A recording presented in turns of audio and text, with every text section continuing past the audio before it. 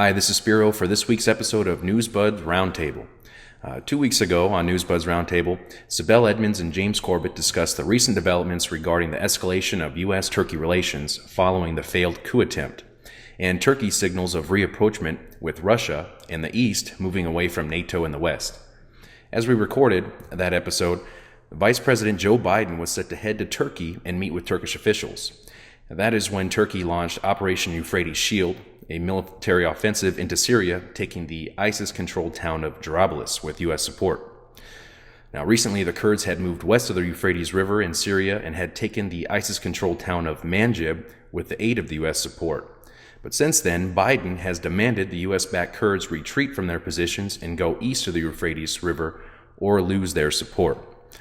Now, I'd like to welcome Sibel Edmonds, editor and founder of Newsbud, and James Corbett of CorbettReport.com. Now, James, since Turkey's launch of Operation Euphrates Shield, Turkey has made an offensive into Syria. Now, what do you make of Turkey's offensive into Syria, and how will this affect Turkish and Russia relations, and where does ISIS fit into all of this? Very good questions. And as I'm sure people can see from what has developed since the last time we were talking, things are changing on a moment's notice and will continue to do so. So we're just sitting here parsing what is happening as it's happening.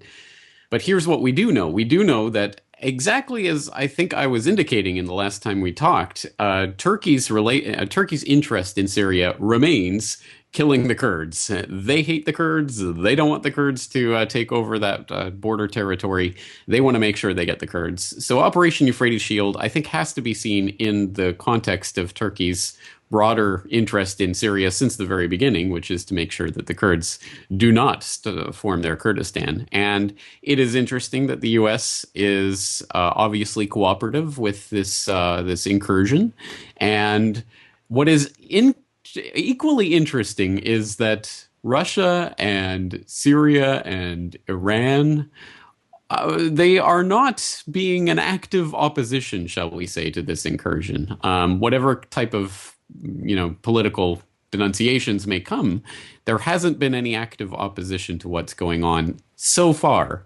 And perhaps that's because, obviously there's not much that can be done other than, bombing Turkish forces in Syria? I mean, again, that would lead to a war situation. So it's a bizarre situation from a lot of different angles, but it certainly does call into question the fundamental premise of our last conversation. Is Turkey leaving NATO? Well, if we just look at the last 2 weeks of events, the answer seems to be a resounding no. And again, this, I think, largely hinges on whatever was discussed behind closed doors when Biden visited with Turkey just after we recorded our last conversation. And again, there are reports coming out from unconfirmed sources of various different things that were or were not discussed. But the Daily Sabah is reporting from anonymous Turkish Justice Ministry officials that the U.S. delegation which conducted talks with Turkish officials regarding the extradition of the Gulen terror group leader Fethullah Gulen said that 2 indictments of Turkish prosecutors against the terror group would be enough for his extradition to Turkey, which is in line with a lot of other reports saying that none of the information that Turkey has provided the U.S. is about the coup itself. It's all previous to the coup. So no new information being provided, but the U.S. is saying, okay, we'll go along with it. Now, I think we have to take that with a grain of salt. Is the U.S. really going along with it? Or, as Sibel suggested last time, are they just going to put it into the political process and wait for Gulen to die while this is all going on? So, again, there's layer upon layer of all of this. I really want to get Sibel's take on this, because it seems to me that it is getting harder and harder and harder, if not impossible, to paint Erdogan as some sort of crusading anti-imperialist, I'm going to break up NATO crusader, rather than just someone who is clearly just fighting for his own political survival and his own political agenda, and will make whatever alliances of conveniences with whoever comes along in whatever context and say whatever they want to hear in order to get what he wants out of them. That's what it looks like at this point. But I'd be interested to see if you have a different take on that. No, James, it appears that way. as you said, a lot of turning points started taking place right around Biden's arrival. So this was when I was tuned in and I was watching everything unfold in Turkey, all the news, press releases coming out. So right before Biden arrived, in fact, a few hours before Biden arrived, the move into Syria began. So we know that whatever took place in terms of conversations, it precedes, Biden's arrival. So you know that there were a bunch of phone calls because as Turkey moved into Syria, U.S. Was providing air support to Turkey. And this is only a few days after President Erdogan met with Russian President Putin. And this was after we had our discussion, our analysis of the situation. So we see that movement into Syria taking place a few hours before Biden arrived in Turkey. Not only that, as I'm watching things unfold, I see this news blurb popping up saying Barzani, the president of the Kurdistan, is arriving in Turkey just around the same time as Biden. So I was like, is this a coincidence? I mean, they have two major diplomatic related meetings because the blurb said Barzani will be meeting with Erdogan. So not only that made me flash back to our discussion here because James, you're the one who brought up the wild card. One of the questions you asked me was, well, how about the Kurdish wild card? What will we see in these predictions or analysis that we are engaged in as far as the Kurdish wild card goes? What do you expect? And that was a very astute question. And I immediately said, James, there is the Kurdish wild card getting into the game in the middle of it. A few hours after that, I read that in fact Barzani was present during the meeting between President Erdogan and Biden. So it was not Turkey and US, but here we have the Kurdish faction's representation in that meeting, proceeding by 5 hours before that going into Syria. So I'm shaking my head and I'm saying, what is happening here? As you said, as you mentioned, as far as Gulen is concerned, it was exactly what we were expecting, okay?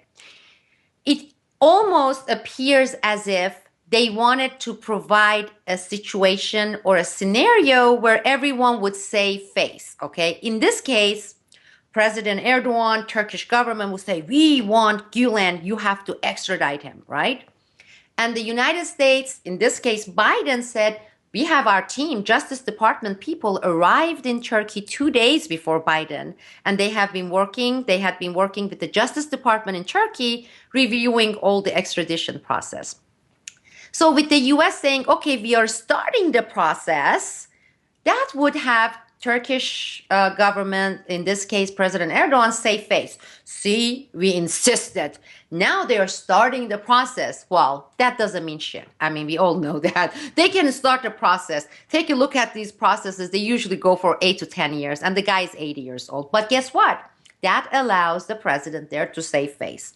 But what was really intriguing was this move into Syria with the US support, with the nod and support by the Kurdish factions, in this case with Barzani's faction, because Biden actually he said, we want you, Kurds, go to the east, basically. All right, we want you to retreat, we want you to go to this side and stand still. You're not gonna do anything. Let Turkey do what it's going to do. That's the summary of what Biden ordered. And this is the guy who is the official leader of the Kurdish factions there. Now, that's very interesting. So that's one crumb, one bone for Turkey. You know, usually it boils down to bone, okay? Were those talks serious? Turkey going and just having this discussion with Russia? Of course, it could have been. Basically sending a signal to the West saying, you don't do some of the things we want, we're going to do this, okay? Now let's see who's going to bid higher, okay? Higher. Russia may say this and this and this. U.S. says, go into Turkey, we'll give you air support, kill as many Kurds as you want to kill, go as far as you want to go. So that I understand in this international geopolitical game. That part I understand. The most intriguing part here is, based on my reading, and I have been reading nonstop since, on various perspectives, is Russia's position, as you said, James, Iran's position in this, and not only that, Assad's position. It is a very intriguing situation where there seems to be multipolar decision making in this move by Turkey into Syria. Also, remember this, James, one day before Biden arrived, Turkey sent their officials to Assad. This was the first formal official meeting with Assad. So during that meeting, some kind of a consent was taken from Assad, because we know that Russia is kind of flexing its muscles and saying Turkey shouldn't go, they should handle it this way, but this is only in talk. Meanwhile, they have been behind the scenes supporting this move into Syria. Assad is okay with it. Russia's Putin is okay with it. Iran is okay with it. Is U.S. supporting Turkey, going in there with Turkey, with CIA involved in there, and Turkey? So you kind of scratch your head and say, what kind of a situation or what kind of a prize would be the prize in this case that would benefit all? And that becomes the question here, meaning what is it that has gotten all the involved parties, all the powers agree on this? I hope that wasn't a question, because I'm not sure I have an answer to it. But I mean, again, it clearly has to do with the chess piece of ISIS, which is the ostensible reason why everyone's in Syria. But I think it has to be greater than that, obviously. And again, I'm not sure. I can't fathom why Barzani would be meeting with the Turks and, oh, okay, we don't mind, kill all our guys. I mean, it doesn't make any sense to me from that perspective. And then I can't imagine why Assad. Well, unless Assad, of course, sees the carving out of Kurdistan as a threat to his own power, so he's going to tacitly allow Turkey to come in, because they're not interested in Syria, they're just interested in getting rid of the Kurds. Hey, their interests can align there. Russia, yeah, again, perhaps the Kurds, they'll be happy to throw them under the bus if it means they achieve their greater goals in maintaining the Syrian state. And the U.S., again, how does it benefit? Again, you have the CIA supporting various factions, but then you have the Pentagon supporting the YPG and the Kurdish factions. So they're fighting each other, which has made some uncomfortable headlines. And I did point out on Twitter that Richard Haas of the CFR saying, oh, they're going to have to do something to sort this out. And he was pointing to an article talking about the Pentagon basically fighting the CIA in Syria.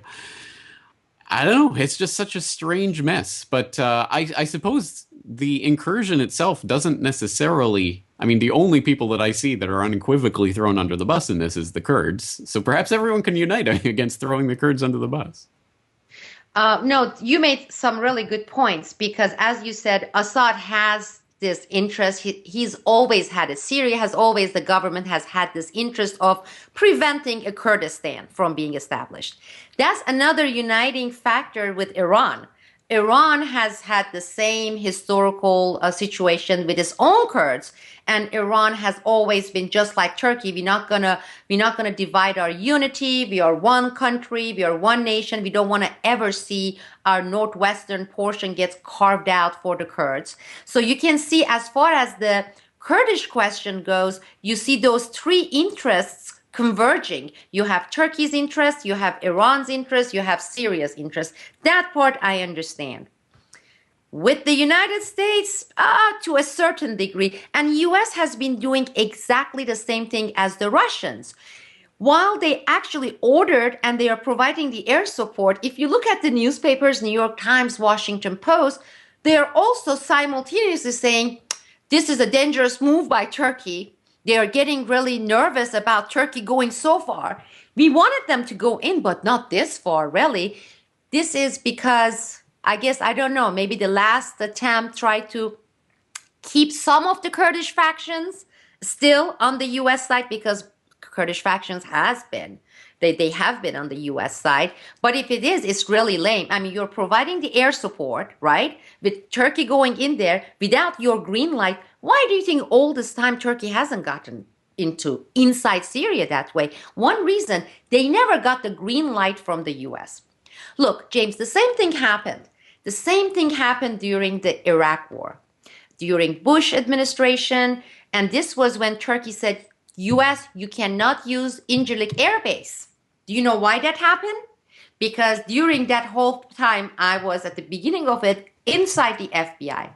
Turkey said, you can use anything. You can use us, our mothers, everything. Okay, this is Turkish government. But what we want is, the grand plan was 3 Iraq, basically divided to 3. The Shia faction in the south, you have the Sunni in the center, and the north part being finally Kurdistan. And this is when Barzani became Barzani. This was when Barzani was created there.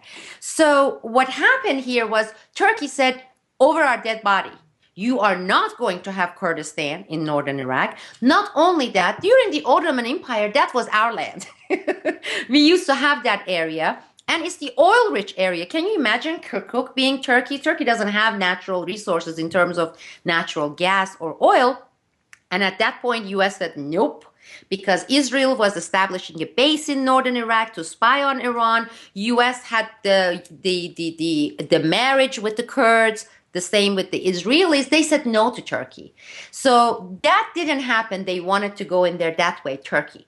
Now with Syria, they have been wanting this. This has been Turkey's interest all along, but all the time the green light was not being given to Turkey. U.S. was saying, sit back. We are working with those Kurds against, Assad and everything. You can't do it. You can't do it. Now that bone has been thrown in front of the Turkish government and Turkish military, saying, yeah, go ahead. Now, I don't know how long it's going to last. You can go and do this and this for this period of time, then you're going to retreat. If that's the case, what are you really gaining? Or they were going to have some kind of a free zone established there, which happens to be in the heart of the Kurdish region, right? ISIS free zone there. That would be the promotion, marketing material. This is the ISIS free zone. Welcome to ISIS free zone. You have now entered ISIS free zone, which is a heavily Kurdish area in Syria. And let Turkey basically be the guard dog there, which is what it wanted to do to start with. Yeah, with all the Kurdish stuff, I understand. Putin, Russia, not so much. And I have heard another hypothesis that this may be some sort of a plan by Russia and Turkey and Syria. And at certain points, they may be double crossing U.S., meaning getting this. I don't know if it's going to get to that point. I doubt it, but I have read a bunch of analysis done by, significant titled people saying, oh yeah, this is what they're going to do. They have this plan. They are drawing U.S. into it. Then they're going to double cross U.S. Well, what kind of double cross would they be running there? What could they possibly do? No, that's very interesting, because if you remember when President Erdogan went to Russia and met with President Putin, okay, what happened was Putin said they wanted to gather with Turkey using Incirlik base, go into Syria and clear up some of the portions of that area in Syria from ISIS, right? We were going to do it together. Then this stuff happened with Biden and all the talks with U.S. Turkey goes in there and U.S. is supporting, and behind the scene, Russia is nodding. So meaning at least that portion of northern Syria and whatever operation is taking place is exactly what Russia wants and what Assad wants. But regardless of Assad's interest as far as the Kurdish faction, he still has to think about his own future, right? Meaning, yes, Turkey said we can accept transitional government and maybe Assad being there, present during that transition period, but no way, Jose, it's not going to happen in the long term because it can't be the Syria with Assad. Well, I mean, that's another question mark, meaning they may have a deal behind the scene in regards to the Assad's position. But then we're going to pause here, 3 of us, we're going to say, let's say they keep Assad in place. What was this whole thing all about? For the past 5 years of Assad regime has to come down, ISIS, all the things. And then imagine everybody says, okay, Assad stays in place and we go back where we were. And have some sort of an excuse to save face saying, well, we eliminated most of ISIS. Well, we created ISIS, put them there. We created them in Turkey. We trained them in Jordan and in Turkey. We put them there. Then 5 years later, after millions of people displaced, refugees, right? All the destructions to people, all the destruction economically, in every way to Syria, to say, well, it's like basically stalemate, okay? So what we do is, let's save face. We say we cleaned out ISIS. ISIS are us. We created them, but we cleaned them up. Assad can stay. Russia is happy. U.S. is happy. And maybe there is something for Turkey in Northern Syria right there along the border. Now, that kind of would make sense because Russia doesn't want Assad to go. We know that. And it looks like after 5-6 years, they are coming into that stalemate position. But think about Vietnam, Spiro and James. Really, millions of people dying in Vietnam. Okay, you're looking at a decade-long almost war. You're looking at 100,000 whatever soldiers. And then what happened at the end? Who gained what? People lost, right? Military-industrial complex won, and there was nothing. It's like, what was the Vietnam War for? So if you look at it, it's not unusual. Right. I mean, they make up these ridiculous pretenses, and then they get an entire nation, an entire military-industrial complex caught up in this for years and years, and people benefit. All right, let's bring in a third perspective to this, because there was just an article up the other day from Michelle Chossudovsky at globalresearch.ca.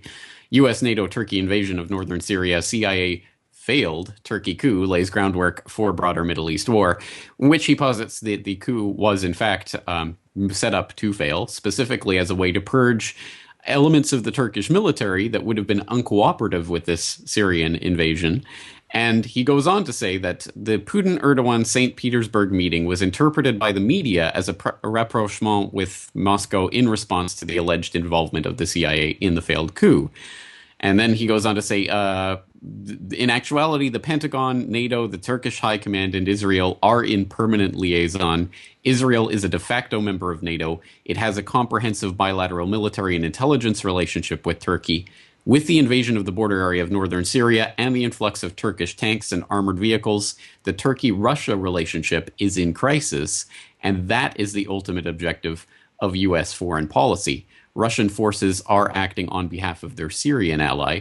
How will Kremlin and Russia's high command respond to what constitutes a U.S., Turkey, NATO ground invasion of Syria? So I think that the perspective being forwarded here is that the Syrian invasion that Turkey and the U.S. clearly have worked together on is, as you were, I think, saying, a bone that U.S. is throwing to Turkey because they were at least pretending to go under that Russian umbrella or inching out from the NATO umbrella. I suppose the only conclusion that I can come back to with all of this is that Erdogan is just playing all of these sides as a game. And it is just who's going to bid higher for my loyalty. Is there any other way to possibly read this? Is there any way in which Erdogan becomes anything other than a politician just making political calculus here? Right now, based on everything that has unfolded in the past couple of weeks, I would agree with you, James. And as I said, last time when we talked about everything, we said, let's put people in this equation and see about interest of people. Because Turkish people, and we are seeing it, I'm getting hundreds of emails a day and private messages on Twitter.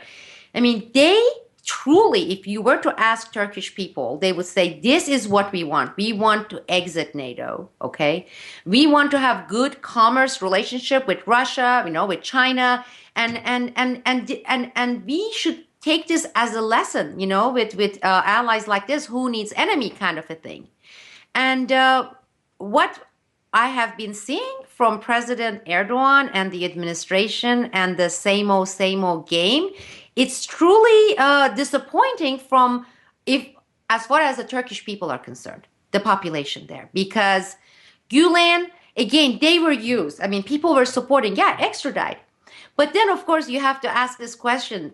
Let's say they extradited him immediately. Could they ever let that guy stand on trial? Because if Fethullah Gulen is on trial, Fethullah Gulen can expose so many of the top current people in Turkish government here. I can't imagine anybody within the Turkish government would want Fethullah Gulen, and this includes Turkish MIT, Turkish intelligence agency. They wouldn't want this man to open his mouth. And look, he's been quiet. He's been denying his involvement in coup and everything, but he's been quiet. He hasn't been putting out information. Oh, guess what? Here it is on Erdogan. That has been quiet. So that's for Gulen. And the second thing is with U.S., and I would say huge disappointment. I mean, for President Erdogan to think that with a couple of bones, he's going to have some sort of a safety, this is assuming everything with the coup was correct, okay? That it was not any kind of a setup and they didn't have any foreknowledge of it. That would be appalling. I mean, I find it appalling. Even everything that came out of Biden's visit, I found it appalling. And yes, to answer your question, yes, that would be, I guess it would be fool me once, shame on you, fool me twice, shame on me kind of a thing, because for them so quickly, with a couple of bones, doing this, they're doing it on behalf of people, but people in Turkey, their vote is against this, what is taking place right now. This has nothing to do with the Turkish people. This has nothing to do with Turkish people's interests. This has nothing to do with what they have been asking for and wanting. Again, as you said during the last episode, you're looking at the figureheads whose interest at no point intersects people's interests. In fact, they are negatively correlated. Their interest and people's interest goes opposite direction. And their interest right now is at play. What we are seeing with Syria, what we are seeing, the meeting, Barzani being included, everything we are seeing, people lose points, the powers, all of them. Let's give them 3 points, people 0 as far as the scoring goes. But that doesn't mean learned helplessness. That doesn't mean sit there and say, look, our leader betrayed us again, and damn. I mean, you people, I said it before, Turkish people can take it upon their own hands. Do you really want, as a nation, Turkish people, do you want this?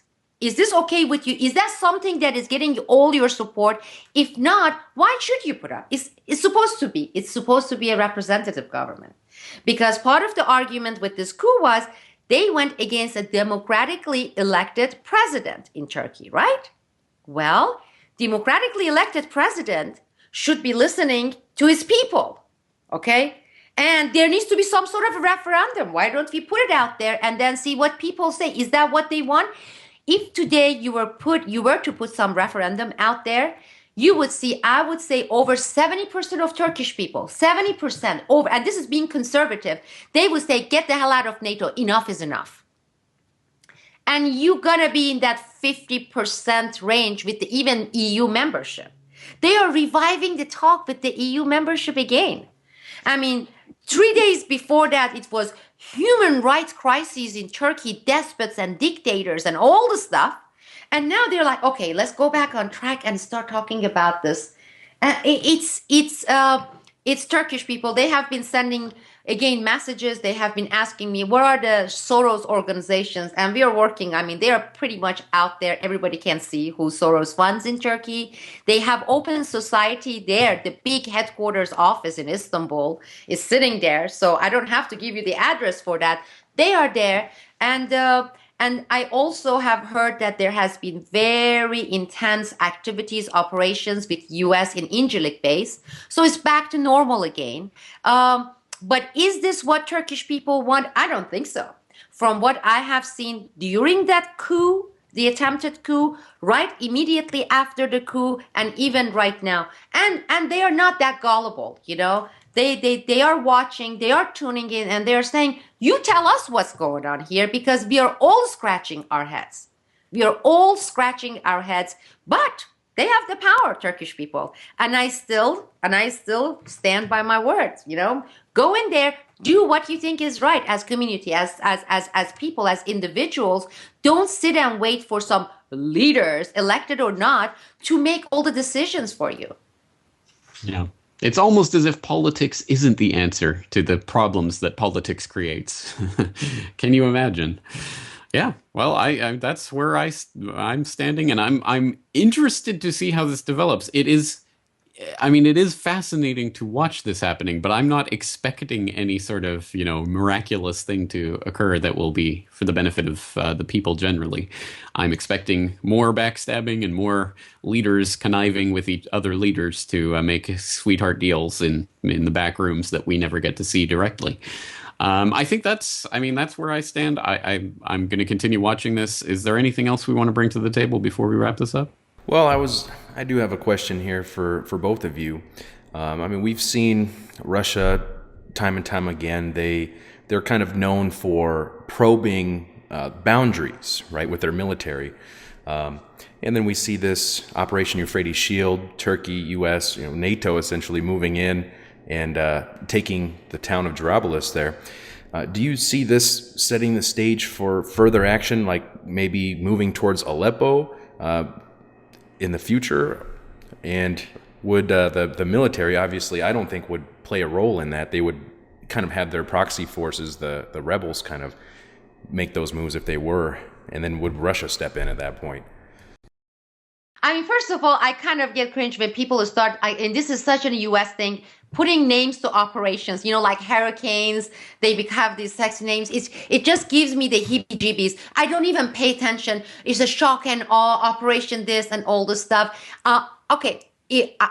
That's a very good question, but my answer would be I don't think it's going to get into that because, as you said, Spiro, Russia is a factor here. And whatever agreement was reached by the power elites, not have anything to do with the people, including Assad in there with his say, some sort of guarantees appears to be agreed upon, okay? And the agreed upon guarantees would be this limited hangout thing, meaning we go in there and then pretty soon, if I were to make two predictions here during the closing of this session, one would be we are going to read in our Washington Post, New York Times, several ISIS leader being taken out, and then you're going to see this large number of ISIS. They carry ISIS ID, Oh, yeah, there's one ISIS for you. I've got 3 ISIS for you right there. Oh, there's an ISIS baby. That counts as ISIS. Let's put that one there. That's 6 ISIS for you right there.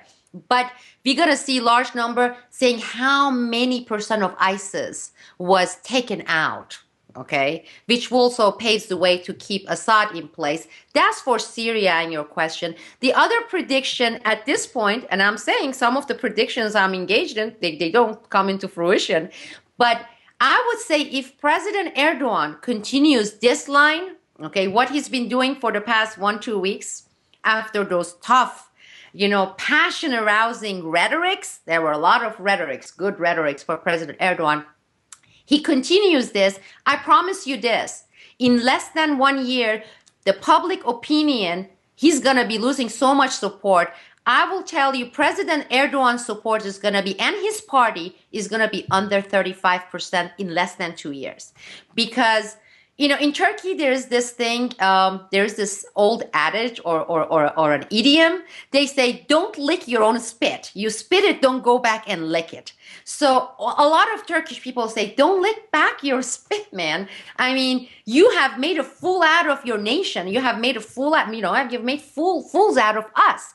But with this stance, with this current operation that Turkey has with U.S. and with everything else and Gulen and what they have been doing, I would say AKP and President Erdogan's support popularity is going to decline. It's going to decline fast if he continues this. And I would give them maximum 2 years because there will be a coalitions of 2 or 3 parties in Turkey. He will be out. He basically, whether he was real or he was posing most of it, showed himself as the man of the people. Well, what President Erdogan is doing right now, backing off and doing this, is not being the people's president. And people are not dumb in Turkey. They're not dumb. They're reading, they're looking, they're watching their leaders. And a lot of them, they're going to get disgusted, especially people in Turkey. They're going to say, you know what? Screw this. We were fooled, basically. We were fooled. That was a pretty good acting job. So he has to actually think, President Erdogan, he has to think and say, do I want to have long-term power hold here in Turkey? Or do I want to get some safety for the next 1 or 2 years? I think currently what he's doing, his moves, his so-called strategic moves are very short-term, and it's not going to pay off in long-term. He's not going to remain popular. Yeah. Yeah, I agree. The rally around the flag effect, it does not last that long. And there may even be an element to this where the Gulen and his backers are just waiting for Erdogan to take himself down, basically. Just let him set his own trap. Seven-dimensional chess. I don't know. But as for moving towards Aleppo, I couldn't see Turkey doing that at this point. I don't think that's within their orbit or what they would want to do, and that clearly would be pressing on a nerve, because then clearly you are coming right up against the Syrian government and Russia. So that would blow apart the entire situation. As we've been talking about, there is this kind of strange balance where all of the parties seem to be tacitly agreeing this northern incursion is, that's not such a bad thing. But to go into Aleppo, I think, would be a completely different thing. So I'm not expecting that to happen. But hey, I've been wrong before. Let's see if I'm wrong this time. But I think that's my take on it. Anything else? I think that pretty much wraps up this episode of Newsbud's Roundtable. I'd like to thank Corbett of CorbettReport.com and Sibel Edmonds of Newsbud, and stay tuned for more.